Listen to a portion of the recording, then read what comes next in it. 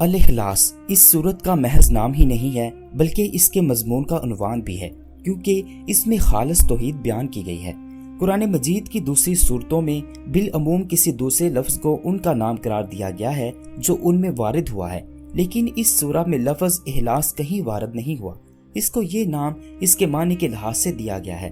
جو شخص بھی اس کو سمجھ کر اس کی تعلیم پر ایمان لائے گا وہ شرک سے خلاصی پا جائے گا۔ سورہ اخلاص میں 4 آیات، 25 کلمات اور 78 حروف موجود ہیں۔ اس کے مکی اور مدنی ہونے میں اختلاف ہے، اور یہ اختلاف ان روایات کی بنا پر ہے جو اس کے سبب نزول کے بارے میں منقول ہوئی ہیں۔ ہم ان کو سلسلہ وار آپ کو بتاتے ہیں۔ حضرت عبداللہ بن مسعود رضی اللہ تعالیٰ عنہ کی روایت ہے کہ قریش کے لوگوں نے رسول اللہ صلی اللہ علیہ وسلم سے کہا کہ اپنے رب کا نسب ہمیں بتائیے۔ اس پر یہ سورت نازل ہوئی۔ ابو العالیہ نے حضرت ابی بن کعب رضی اللہ عنہ کے حوالے سے بیان کیا ہے کہ مشرکین نے رسول اللہ صلی اللہ علیہ وسلم سے کہا کہ اپنے رب کا نسب ہمیں بتائیے۔ اس پر اللہ تعالیٰ نے یہ سورت نازل فرمائی۔ ترمذی نے اسی مضمون کی ایک روایت ابو العالیہ سے نقل کی ہے کہ جس میں حضرت ابی بن کعب رضی اللہ عنہ کا حوالہ نہیں ہے اور اسے صحیح تر کہا گیا ہے۔ حضرت جابر بن عبداللہ رضی اللہ عنہ کا بیان ہے کہ ایک عرابی نے، اور بعض روایات میں ہے کہ کچھ لوگوں نے، نبی کریم صلی اللہ علیہ وسلم سے کہا کہ اپنے رب کا نسب ہمیں بتائیے۔ اس پر اللہ تعالیٰ نے یہ سورت نازل فرمائی۔ اکرمہ نے ابن عباس رضی اللہ عنہ سے روایت نقل کی ہے کہ یہودیوں کا گروہ رسول اللہ صلی اللہ علیہ وسلم کی خدمت میں حاضر ہوا، جس میں کعب بن اشرف اور خبیب بن اخطب وغیرہ شامل تھے، اور انہوں نے کہا، اے محمد، ہمیں بتائیے کہ آپ کا وہ رب کیسا ہے جس نے آپ کو بھیجا ہے۔ اس پر اللہ تعالیٰ نے یہ سورت نازل فرمائی۔ حضرت انس کا بیان ہے کہ خیبر کے کچھ یہودی رسول اللہ صلی اللہ علیہ وسلم کی خدمت میں حاضر ہوئے اور انہوں نے کہا، اے ابو القاسم، اللہ نے ملائکہ کو نور حجاب سے، آدم کو مٹی کے سرے ہوئے گارے سے، ابلیس کو آگ کے شعلے سے، آسمان کو دھوئیں سے اور زمین کو پانی کے جھاگ سے بنایا۔ اب ہمیں اپنے رب کے متعلق بتائیے کہ وہ کس چیز سے بنا ہے۔ رسول اللہ صلی اللہ علیہ وسلم نے اس بات کا کوئی جواب نہ دیا۔ پھر جبرائیل علیہ السلام آئے اور انہوں نے کہا، اے محمد صلی اللہ علیہ وسلم، ان سے کہیے کہ خوف اللہ احد۔ عمر بن امطفیل نے حضور صلی اللہ علیہ وسلم سے کہا، اے محمد صلی اللہ علیہ وسلم، آپ کس چیز کی طرف ہمیں بلاتے ہیں؟ آپ صلی اللہ علیہ وسلم نے فرمایا، اللہ کی طرف۔ عامر نے کہا، اچھا تو آپ اس کی کیفیت مجھے بتائیے، وہ سونے سے بنا ہوا ہے یا چاندی سے یا لوہے سے؟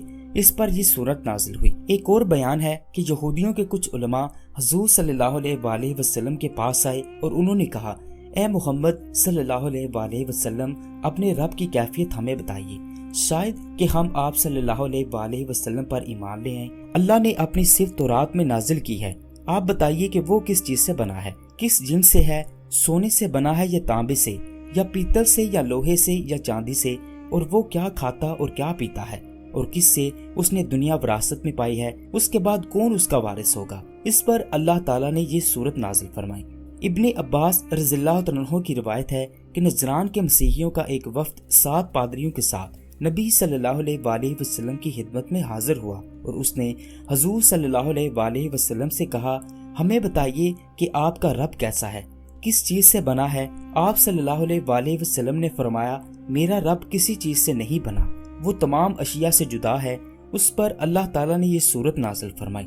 ان روایات سے معلوم ہوتا ہے کہ مختلف مواقع پر مختلف لوگوں نے رسول اللہ صلی اللہ علیہ وسلم سے اس معبود کی ماہیت اور کیفیت دریافت کی تھی جس کی بندگی عبادت کی طرف آپ صلی اللہ علیہ وسلم لوگوں کو دعوت دے رہے تھے، اور ہر موقع پر آپ نے اللہ تعالیٰ کے حکم سے ان کو جواب میں یہی سورت نازل ہوئی۔ اس کے بعد مدینہ طیبہ میں یہودیوں نے، کبھی مسیحیوں نے اور کبھی عرب کے دوسرے لوگوں نے حضور صلی اللہ علیہ وسلم سے اسی نوعیت کے سوالات کیے، اور ہر مرتبہ اللہ تعالیٰ کی طرف سے اشارہ ہوا کہ جواب میں یہی سورت آپ ان کو سنا دیں۔ ان روایات میں سے ہر ایک میں یہ جو کہا گیا ہے کہ اس موقع پر یہ سورت نازل ہوئی تھی، اس سے کسی کو یہ خیال نہیں ہونا چاہیے کہ یہ سب روایتیں باہم متضاد ہیں۔ اصل بات یہ ہے کہ کسی مسئلے کے بارے میں اگر پہلے سے کوئی آیت یا کوئی سورت نازل شدہ ہوتی تھی تو بعد میں جب کبھی حضور صلی اللہ علیہ وسلم کے سامنے وہی مسئلہ پیش کیا جاتا، اللہ کی طرف سے ہدایت آ جاتی تھی کہ اس کا جواب فلاں آیت یا سورے میں ہے،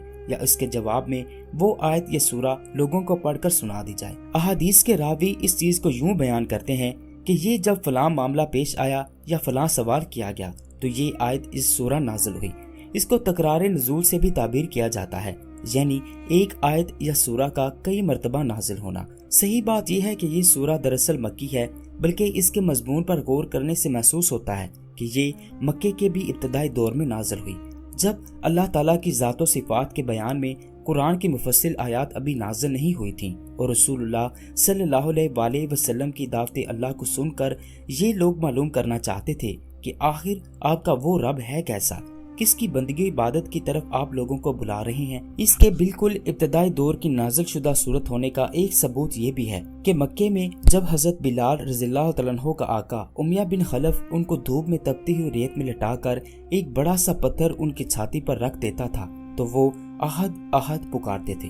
یہ لفظ احد اسی سورہ سے ماخوذ تھا۔ شان نزول کے بارے میں جو روایات ہم نے اوپر آپ کو بتائی ہیں ان پر ایک نگاہ ڈالنے سے معلوم ہو جاتا ہے کہ جب رسول اللہ صلی اللہ علیہ وسلم توحید کی دعوت لے کر اٹھے تھے، اس وقت دنیا کے مذہبی تصورات کیا تھے۔ بت پرست مشرکین ایسے خداؤں کو پوج رہے تھے جو لکڑی، پتھر، سونے، چاندی وغیرہ مختلف چیزوں کے بنے ہوئے تھے، شکل، صورت اور جسم رکھتے تھے۔ دیویوں اور دیوتاؤں کی باقاعدہ نسل چلتی تھی، کوئی دیوی بنا شوہر کے نہ تھی اور کوئی دیوتا بنا زوجہ کا نہ تھا۔ ان کو کھانے پینے کی ضرورت بھی لاحق ہوتی تھی اور ان کے پرستار ان کے لیے اس کا انتظام کرتے تھے۔ مشرکین کی ایک بڑی تعداد اس بات کی قائل تھی کہ خدا انسانی شکل میں ظہور کرتا ہے اور کچھ لوگ اس کے اوتار ہوتے ہیں۔ مسیحی اگرچہ ایک خدا کو ماننے کے مدعی تھے، مگر ان کا خدا بھی کم از کم ایک بیٹا تو رکھتا ہی تھا، اور باپ بیٹے کے ساتھ خدائی میں روح القدس کو بھی حصے دار ہونے کا شرف حاصل تھا، حتیٰ کہ خدا کی ماں بھی ہوتی تھی اور اس کی ساس بھی۔ یہودی بھی ایک خدا کو ماننے کا دعویٰ کرتے تھے، مگر ان کا خدا بھی مادیت اور جسمانیت اور دوسری انسانی صفات سے خالی نہ تھا۔ وہ ٹہلتا تھا، انسانی شکل میں نمودار ہوتا تھا، اپنے کسی بندے سے کشتی بھی لڑ لیتا تھا اور ایک عدد بیٹے عزیر کا باپ بھی تھا۔ ان مذہبی گروہوں کے علاوہ مجوسی آتش پرست تھے اور سابعی ستارہ پرست۔ اس حالت میں جب اللہ وحدہ لا شریک کو ماننے کی دعوت لوگوں کو دی گئی تو ان کے ذہن میں یہ سوال پیدا ہونا ایک لازمی امر تھا کہ وہ رب ہے کس قسم کا جسے تمام ارباب اور معبودوں کو چھوڑ کر تنہا ایک ہی رب اور معبود تسلیم کرنے کی دعوت دی جا رہی ہے۔ قرآن مجید کا یہ اعجاز ہے کہ اس نے ان سوالات کا جواب چند الفاظ میں دے کر اللہ کی ہستی کا ایک ایسا واضح تصور پیش کر دیا جو تمام مشرکانہ تصورات کا کلا کما کر دیتا ہے، اور اس کی ذات کے ساتھ مخلوقات کے صفات میں سے کسی صفت کی آلودگی کے لیے کوئی گنجائش باقی نہیں رہنے دیتا۔ یہی وجہ ہے کہ رسول اللہ صلی اللہ علیہ وسلم کی نگاہ میں اس صورت کی بڑی عظمت تھی، اور آپ صلی اللہ علیہ وسلم مختلف طریقوں سے مسلمانوں کو اس کی اہمیت محسوس کرواتے تھے تاکہ وہ کثرت سے اس کو پڑھیں اور عوام الناس اسے پھیلائیں، کیونکہ یہ اسلام کے اولین بنیادی عقیدے توحید کو 4 ایسے مختلف فکروں میں بیان کر دیتی ہے جو فوراً انسان کے ذہن نشین ہو جاتے ہیں اور آسانی سے زبانوں پر چڑھ جاتے ہیں۔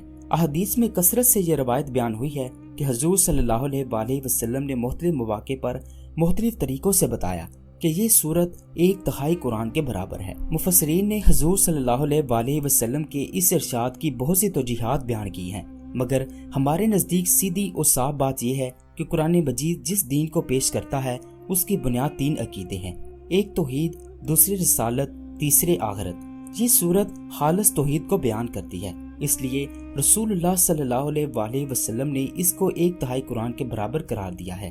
حضرت عائشہ رضی اللہ عنہا کی یہ روایت بخاری و مسلم اور بعض دوسری کتب حدیث میں نقل ہوئی ہے کہ رسول اللہ صلی اللہ علیہ وسلم نے ایک صاحب کو ایک مہم پر سردار بنا کر بھیجا، اور اس پورے سفر کے دوران میں ان کا مستقل طریقہ یہ رہا کہ ہر نماز میں وہ قل هو اللہ احد پر قرات ختم کرتے تھے۔ واپسی پر ان کے ساتھیوں نے حضور صلی اللہ علیہ وسلم سے اس کا ذکر کیا۔ آپ صلی اللہ علیہ وسلم نے فرمایا، ان سے پوچھو کہ وہ ایسا کیوں کرتے تھے۔ ان سے پوچھا گیا تو انہوں نے کہا، اس میں رحمان کی صفت بیان کی گئی ہے، اس کا پڑھنا مجھے بہت محبوب ہے۔ حضور صلی اللہ علیہ وسلم نے یہ بات سنی تو لوگوں سے فرمایا، ان کو خبر دے دو کہ اللہ تعالیٰ ان کو محبوب رکھتا ہے۔ اسی سے ملتا جلتا واقعہ بخاری میں حضرت انس رضی اللہ عنہ سے مروی ہے۔ وہ فرماتے ہیں کہ انصار میں سے ایک صاحب مسجد قباء میں نماز پڑھاتے تھے، اور ان کا طریقہ یہ تھا کہ ہر رکعت میں پہلے قل هو اللہ پڑھتے، پھر کوئی اور سورت تلاوت کرتے۔ لوگوں نے اس پر اعتراض کیا اور ان سے کہا کہ یہ تم کیا کرتے ہو کہ قل هو اللہ پڑھنے کے اسے کافی نہ سمجھ کر اور کوئی صورت بھی اس کے ساتھ ملا لیتے ہو، یہ ٹھیک نہیں ہے۔ یا تو صرف اسی کو پڑھو اور یا اسے چھوڑ کر کوئی اور صورت پڑھو۔ انہوں نے کہا میں اسے نہیں چھوڑ سکتا، تم چاہو تو میں نماز پڑھاؤں ورنہ میں امامت چھوڑ دوں، لیکن لوگ ان کی جگہ کسی اور کو امام بھی بنانا پسند نہیں کرتے تھے۔ آخرکار معاملہ حضور صلی اللہ علیہ وآلہ وسلم کے سامنے پیش کیا گیا۔ آپ صلی اللہ علیہ وآلہ وسلم نے ان سے پوچھا کہ تمہارے ساتھی جو کچھ چاہتے ہیں اسے قبول کرنے میں تم کو کیا چیز روکتی ہے؟ تمہیں ہر رکعت میں یہ سورت پڑھنے پر کس چیز نے آمادہ کیا؟ انہوں نے عرض کیا مجھے اس سے بہت محبت ہے۔ آپ صلی اللہ علیہ وآلہ وسلم نے فرمایا اس سورت سے تمہاری محبت نے تمہیں جنت میں داخل کر دیا۔